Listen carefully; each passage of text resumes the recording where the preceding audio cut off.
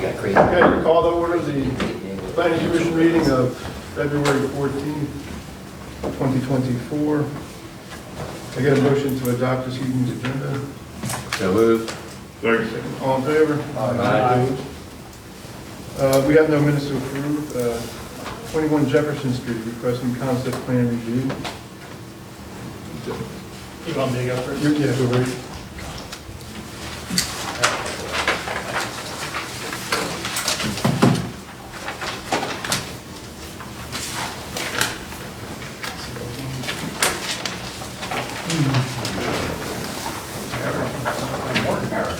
When you go up, just say you're recusing yourself for the record. Okay. Represent that. I have a couple extra packets, frankly.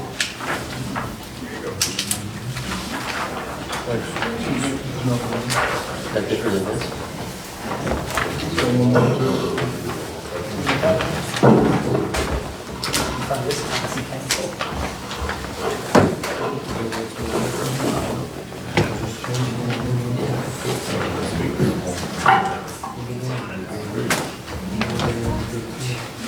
I think they'll probably structure it. Whenever you want to accuse yourself from yourself. Okay, so I'll recuse myself as a member of the planning commission. But I'm Eric Pfeffer, 111 West Street, here representing Brett and Megan Hines for a project at 21 Jefferson Street. Still just requesting really preliminary concept site plan review, suggestion, and ultimately recommendations so that we can have the planning commission's recommendation to go in front of the Board of Zoning Appeals with another variance request. I have included in the packet the kind of latest concept site plan, which is really focused on identifying an alignment with the furthest projecting corners of the most adjacent building as far as how far we'd like to project out and into the 10-foot setbacks. And then I've also, on the second page, overlaid some, basic parking space sizes. We're still only providing 2 parking spaces in this site plan, but I've overlaid some parking spaces to, show how much green space, how much building would be eaten up if we were to provide essentially any more than those 2 parking spaces.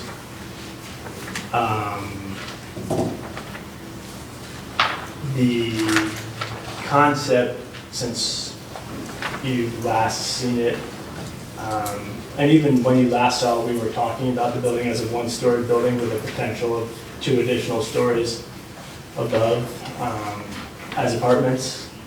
We're looking at it more closely in the near future just as a 1-story building with a roof deck. And obviously we have some outdoor covered space as well.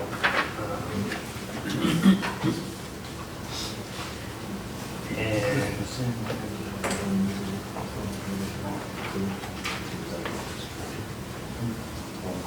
again, in general, I'm not entirely sure what we need from the planning commission in terms of a recommendation or in terms of, some sort of written documentation, some sort of recorded, statement before we go in front of the Board of Zoning Appeals again. That is, something along the lines of, this plan. What are you looking for the Board of Zoning Appeals, a parking exception? In variance, there's 10-foot setbacks on both sides of this lot that we're going to encroach upon. And you've already talked to Jeff Oxer about the one side, right? We're not, there's You're not no, encouraging there's no setback on that property line actually, so we're actually, And so this is going to be entirely commercial. entirely commercial, yeah. I mean, it solves a lot of the issues we had where we were worried about tall buildings and driving down that road because of visibility.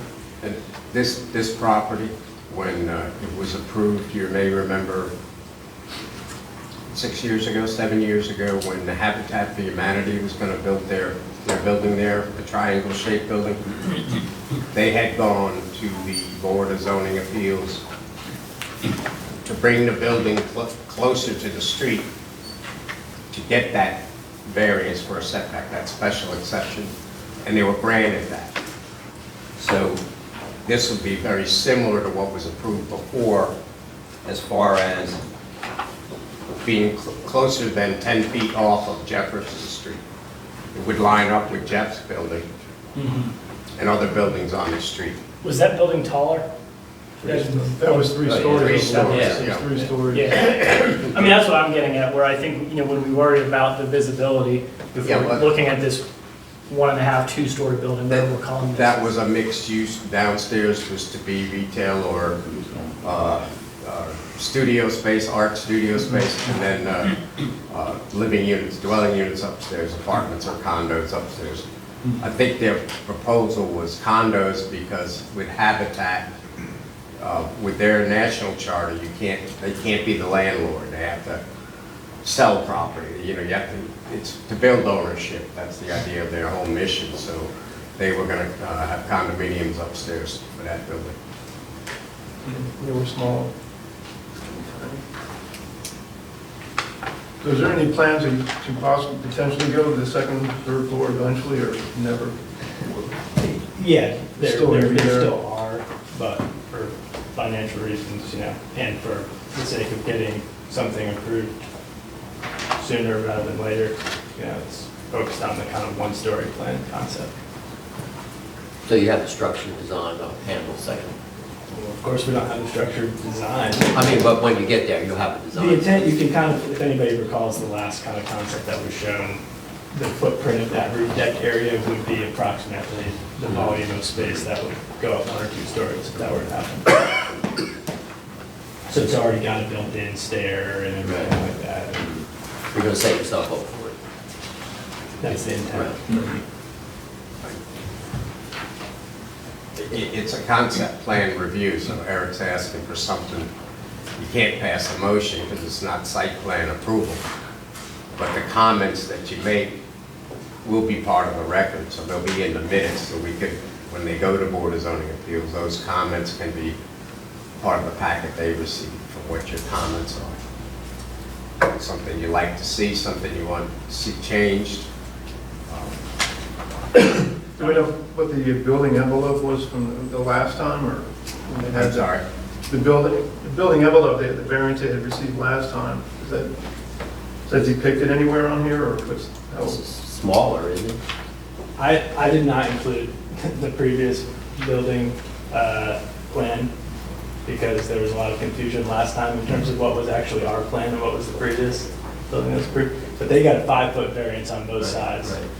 And in your packet on the second page, there, where I'm showing those 2 dark line weight parking spots is approximately where they were showing parking. But yeah, it was a much narrower footprint than 3 stories and very flat iron looking, of course. I don't know what the square footage of that footprint was, but our footprint of the first floor space, it's obviously kind of 2 staggered boxes, but would be approximately 1,000 square feet of space. Have there been any, like, I guess, napkin sketches of, or calculations of how much your vegetation in your tanks will go towards stormwater? Yeah, roughly. It's been sized pretty much to deal with that. Yeah, and some of it is dependent on, you know, how much of that can we direct towards green space. Right. You know, Right. Conceptually, it's working towards that. Conceptually, we want to be very didactic with how we're dealing with the stormwater on the property. It's kind of one of my MOs. It's MO with the brand of kind of Brett and Megan's businesses. So some of that may involve, scuppers with rain chains down to, planter boxes. Some of it may involve, actual rainwater collection cisterns. We're obviously showing a lot of kind of green roof vegetation to deal with, slowing the stormwater runoff. That's been a big topic of concern of a lot of people in town recently. And that's also, part of our justification of trying to reduce the amount of parking spots where you have, impervious, pavement areas. So. Well, and I think in the last meeting, I was really the person stressing about parking, but looking at just a commercial building being in the town of Berlin with 2 spots doesn't give me any heartburn like it did when there was residential components to this. So I mean, like my stress with that or issue with that isn't really related to this project as it stands now. Had they, if and when it goes to 2 and 3 story, that might come back up. But with this layout, this design, I don't see a problem with that. I don't know how that works, Steve. If he gets approved with parking off of this elevation and this footprint, then they want to add 2 stories, have they got to come back before us, or? Well, because the parking's based on square footage and the use. Right. So the bigger the building, the more parking you need. That's what I'm saying. Of So course. if they get approved, they got to come back, we want to add 2 stories. Yeah. I mean, down the road, you've got the, are you going to say that you're going to engineer this 1-story building so it'll take the structure of 2 more floors? That's the intent. Yeah, if that is financially in the cards this time around. I mean, that's a lot of money to spend to be betting on the come, but it's up to them. I mean, not that much. We're not talking about a super heavy, 2 stories worth of structure, wood frame, primarily. It's not that much. It's not that much. The existing fence stays as is, or is that going to be? It's going to be, redesigned, and it would be pushed basically to the limits of where the, well, Brandon and Megan explained to me, and maybe Dave, you were part of this conversation where last time they had maybe it came before you guys as well, they kind of had somebody go out there and verify how far they could build the fence out so that it would not obstruct visibility around that corner. I mean, the whole fence is going to have to come out for the construction of this project, so a new fence will go in. Yeah, I met with the Chief Downing out there before the fence went up.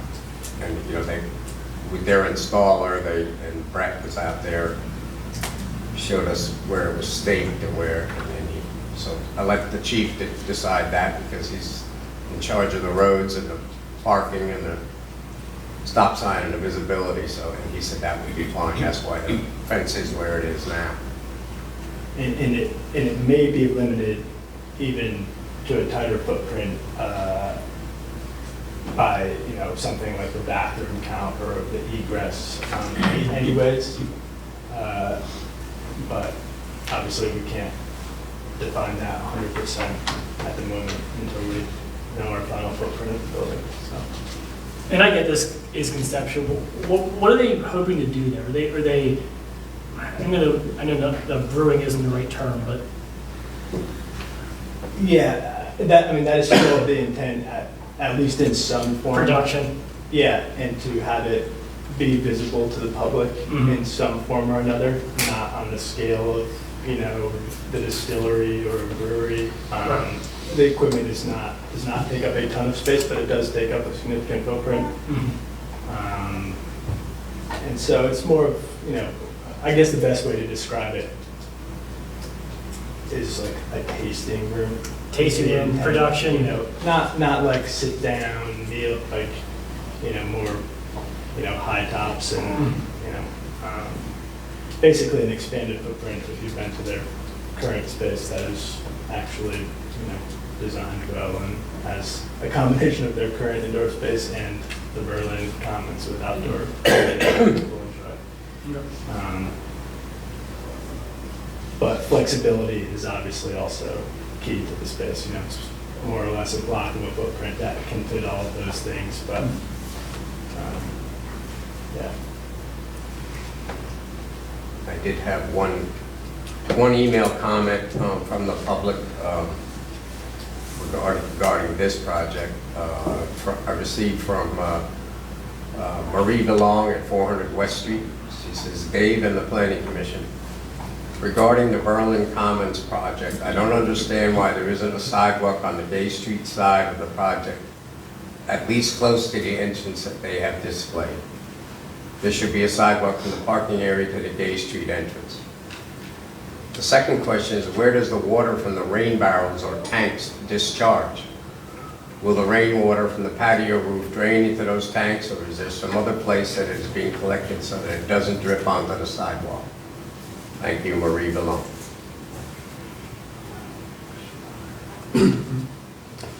I can answer kind of the rainwater. Obviously, the primary intent of the rainwater tanks is to collect the rainwater, and then it can either go out of an overflow valve if it fills up. It shouldn't, based on calculations. But then the primary intent is to use that collected water to water, plantings and on site itself. You're never going to prevent entirely, especially during storms, Doesn't mean all the rainwater is going to go into those tanks. It is going to get discharged elsewhere, but we're trying to do our best to eliminate a big impervious footprint on this lot. How many gallons do they hold, or are they manifolded together, or are they just separate? They would be separate. Again, the design of them isn't finalized. It'd be something on the scale of,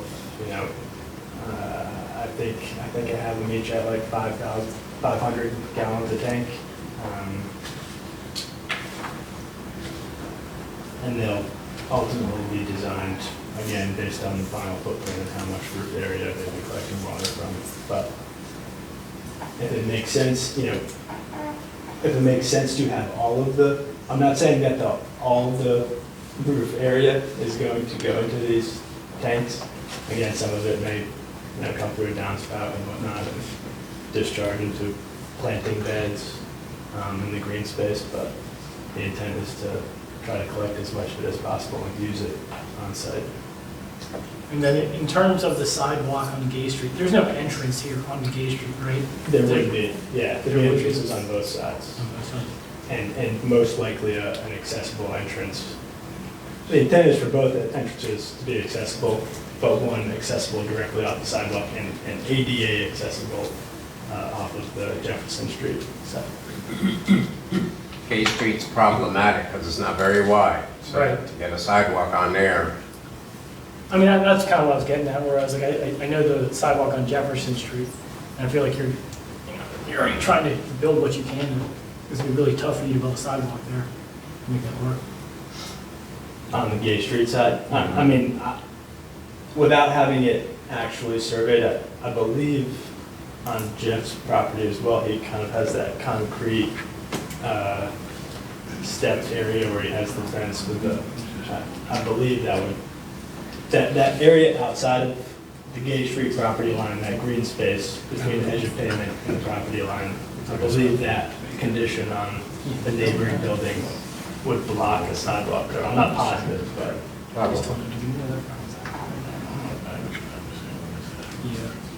So when you look at the first page, you see where Gay Street is, and then there's the property line, and then there's like a little blip in between what the property line is and where Gay Street is. yeah, that's what I was just referring to. Is that for the sidewalk? I'm sorry. Is that for the side, like potential sidewalk, or is that, like, what is that?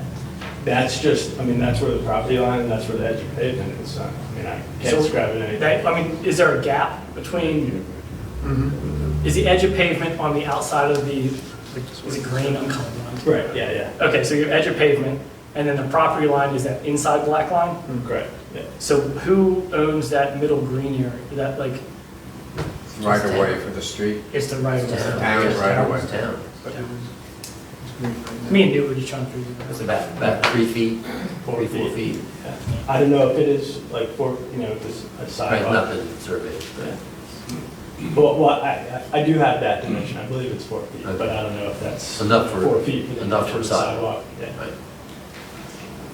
Or a pavement that could be used as a sidewalk. Right, and I don't know, again, we haven't paid to have it resurveyed, I don't know if that major pavement is actually Where it is. where it is.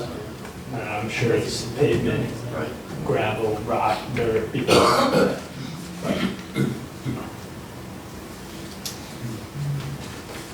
So that's that standard size sidewalk on Jefferson Street, I take it. yeah, that's directly from the property survey, yeah, 4 foot, I don't think.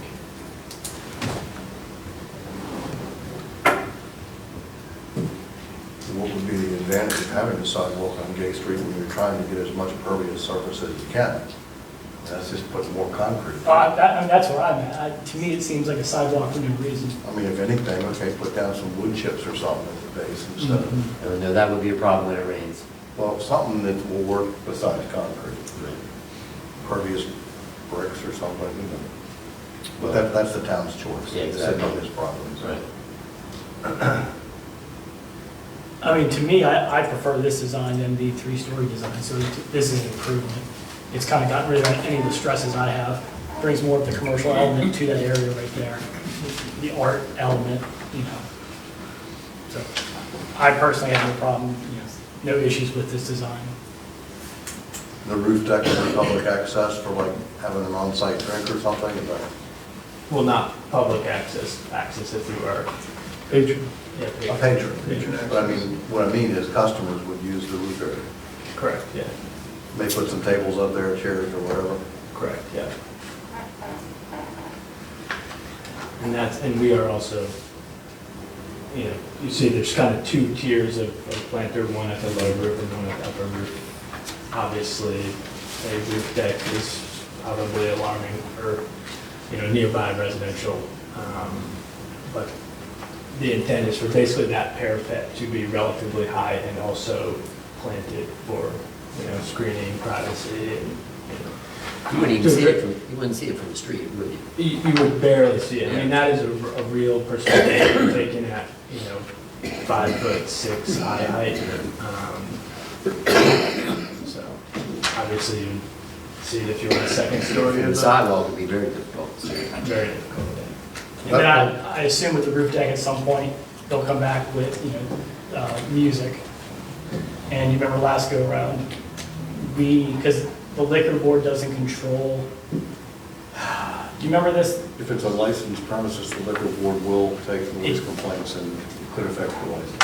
Okay, but the last go around when they had this, because it wasn't licensed, it was us that controlled it, not the liquor board. It was a manufacturer thing, so they didn't have a local license, I believe, Okay, so. so then that, It was up to The liquor us, board handles it. it was up to us to say, we don't want to hear any noise or. it's Yeah. gonna- yeah, I remember that being a big, okay. Yeah, right. Yeah. So if it becomes a licensed establishment through the county, not through the comptroller, then, you're gonna have to really keep your customers under control. But over the years, since we've had the commons here, I don't think We've that, never, I can't. people are pretty peaceful there. It's a peaceful design. so. I've used a lot of Yeah, Yeah, but records. music on the roof versus on the Music on ground is the a roof might different be a thing. problem, so it might be a problem. Oh, yeah. Yeah. But of course, that is the commons aspect of it and what that has brought to the town Yeah. is something that they want to maintain, so it's essentially you have the same footprint of the commons, but part of it is on the ground now and part of it is on the roof, so you're not totally taking away any of like that aspect. It wouldn't be like you could just walk up to the roof deck, like you could just sit at a picnic table at the commons, but, They seem to have done a good job of holding on to the peace and quiet there, with everything they've done. yeah, I believe so. And I live only 100 yards away, so it has never been a disturbance. Well, obviously, they know they're gonna have a problem if they make a bunch of noise, so that's. They do. But yeah, That's yeah. just- They're good citizens Yeah. in town. Anybody have any comments, questions from the public? No? Oh, anybody? Don't have a I problem with wanted it. to just give them a favorable recommendation to go to BZA with. Yeah. Okay. Can I just layer on the only other thing, I guess, that I've seen is what a recommendation maybe needs to be geared towards is again, that fact, Setback, the setback. Yeah. And that our intent really is for a continuous streetscape that is at this kind of terminus of what is the downtown business district. So that's why we were taking, obviously, we're not requesting 0 setbacks, that's what we did the first time around, but, the closest and only adjacent building, makes sense for a continuation of the streetscape to align with the furthest projecting corners of it. Well, it's a unique piece of property, it's a unique use, it's just a unique situation which fits into a special exception or variance. So I don't have a problem. Yeah, like you said, it's a tough property. yeah, you did, I think you done a good job. Yeah. Okay, that's something we're gonna vote on, so, I'm sorry? as we do not vote on it, right? We just, It's not site plan approval, so you can make a motion, but like Ron said, your consensus is a recommendation, you like what you see. yep, I think I think everybody's in agreement. Yep. Yeah. Okay, great, All right. thank you.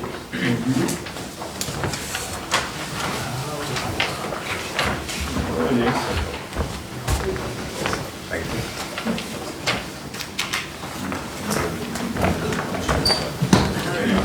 Continuation of case number 12-13-23-06 for site plan revision. Thank you for bringing that chair over.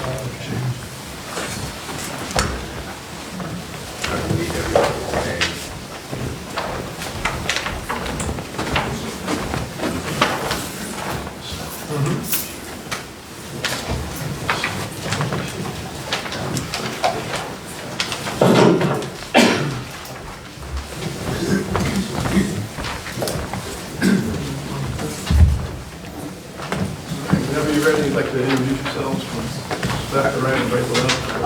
I'll do an introduction if that's okay. First, I want to apologize for my appearance, but when I told my wife I couldn't take her out for dinner for Valentine's Day, she didn't take it too long. That's all she did to you?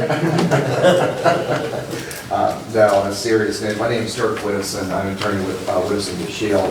I'm here tonight representing Silicata Development, who is the developer of the pad site for Wawa and Athena Plaza. And to my far left over here, you all know Reagan Smith. He's attorney for Athena Properties, Inc., who is the owner of Athena Plaza. Sitting next to him is Spirit Buos, who is the principal of Athena Properties, Inc. Mike Willie, sitting to my right, is the vice president of acquisitions for Silicata Development, Inc., the developer for Wawa. Liz Zelko is in the back, she'll raise her hand. She is design engineer for Bowler Engineering. They're the engineers for Wawa. Steve Fortunato, sitting to my left, is associate engineer at Bowler Engineering. And Teresa Smith, sitting back here, she is a project manager for Mr. Buos. That being said, I'm going to turn our initial presentation over to Mr. Smith. He wants just to give you a brief history of this project. How are you all? And we'll try and move this fairly quickly. As I said, I'm Regan Smith. This property, some of you have lived this property since it started in 2018, some of you haven't, so I just want to make sure between Dave and I that we give you a full history of what happened here. Our property, as you know, it's Route 50 and 818, two state highways. And sometime, I believe, back in either the late 90s, early 2000s, Berlin annexed to get to state police barrack, the particular parcel that this proposed Wawa sits on into the town. Later on in 2018, we came forward with the Lewis family to annex the remainder of that into town pursuant to the neighboring property obviously being part of the town. So it had been zoned commercial under the county law. It came in as commercial under the town law. So it sits as it is now, ready to go, proper zoning, proper annexation, and all that. So as a part of that process, what was interesting, when we first came forward with the site plan approval, the only thing we knew we definitely wanted to do at that point was what was called a convenience store and gas service. And the term that was thrown around through all the meetings with the town was a Wawa style convenience store and gasoline service center. At that time, Wawa was not expanding in Maryland, they were expanding more in Florida. So our alternative was a 7-Eleven. So 7-Eleven came in and was going to do their new concept store similar to the one that's down by the Walmart there. So we came forward, again, through Dave's office and before the board here, and had approved a site plan for what was then going to be the 7-Eleven new concept store. And I've got a copy of that I'll introduce for the record in case anyone wants to look at that as well. So I don't know if you need to mark that, Dave, or not, or I can just give it to them. Do you need to? I'll take a copy, but they can get a copy too if you've got it. I have the one large copy, so I think if anyone wants to see that, that's a lot easier to review. So that was back in, I believe, what the final signatures on that plat, I think are August of 22, Dave.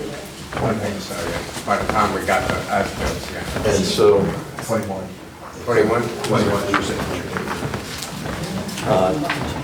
So at that time, we were ready to go with Wawa, then Wawa, I'm sorry, ready to go with 7-Eleven. Then 7-Eleven abandoned the concept, so we were then recontacted and got in touch with Silicata and Wawa. So we were trying to bring back to you what we kept being badgered about, which was can't we get a Wawa instead of a 7-Eleven? So now we're back in front of you with that, and as a part of all that process, Dave can identify what we went through if there's any questions on that as well from the approval or the planning standpoint, whether it's used state highway or any of the other approvals. So basically, just to bring us all up to speed, historically, we have an approved site plan for a convenience store and gasoline service station. What was approved was a 7-Eleven, and what's coming before you now is a revised site plan on the exact same parcel as a Wawa. Does that sum it up, Dave? Yep.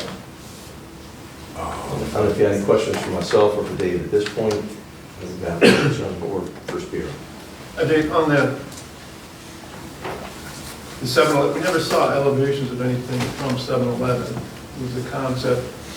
They never came back to, well, you know, we never got past the part. I understand we did a concept, which is correct with the hotel and the other two paths, I guess they are, whatever, but, and the convenience store.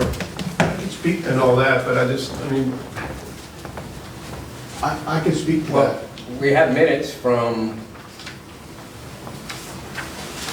June 10th of 2020, and it was for site plan approval. And I could read you all the comments back and forth, but the final motion, it says Chairman Chris Denny called for a motion to approve. Mr. Newt Chandler made the motion to approve with the conditions that trees be placed on the south side of the hotel. Sidewalks mirror the 7-Eleven. If you remember, you wanted to hide some of the equipment on the back side, on the west side of the 7-Eleven building. Change the eastern landscaping at 7-Eleven to designate a space for a welcome sign. To be decided, but ask the council to see if they would maintain the area, meaning the town council. Bring the sign back for approval. So the sign has not been shown or approved yet. Mr. John Barrett seconded the motion. Mr. Ron Cassio opposed. The vote went 5-1 for approval. That was the site plan approval for the 7-Eleven in June of 2020. Yeah. June when? June 10th. 2020, June 10th, 2020. Elevations, elevations were never, they never came back for, that's the only point I'm trying to make. But it Never got to that doesn't state, point. it doesn't state that here. If you don't mind, Spirit can address that. elevations were part of the original package. So you had elevations of the 7-Eleven, which I'll be happy to show you, I'm not sure we need to do that, but there was elevations of 7-Eleven, there was elevations of the hotel. And as a matter of fact, I think that's where you guys saw the elevation of one side of the 7-Eleven. I think Peter brought it up, if I wasn't paying attention, wanted to mirror the other side. So the elevations obviously were there since the comment came in, we like to mirror the other side of the elevation. So yeah, the elevations were approved. There was some trees to be added. It's one other item I forgot what day he just said, I just remember the tree was, so completed. Then we went and made those changes, which were, I believe you guys approved those changes to be staff approved, made those changes, got them approved, got the site plan signed off by everything, it's already been recorded. So the subdivision site plan's already been recorded. Okay, I'm having a hard time with the elevation, I just don't remember that, that's all. And I think But Dirk that's may not gonna address matter that. now anyway, because it's not gonna be a 7-Eleven. Okay, well, I understand that. We just, If I may approach, I'm going to give you an additional package as we go through this evening, our presentation. I think it'd be beneficial for you to see. And hopefully it will address some of the issues that were brought forward at the December 10th.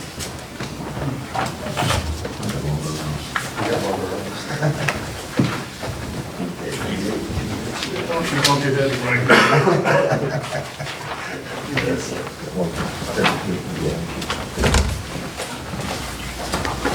Does everyone have one? So Dave needs one. Who needs one? Dave, I gave Dave. Oh, Dave has one.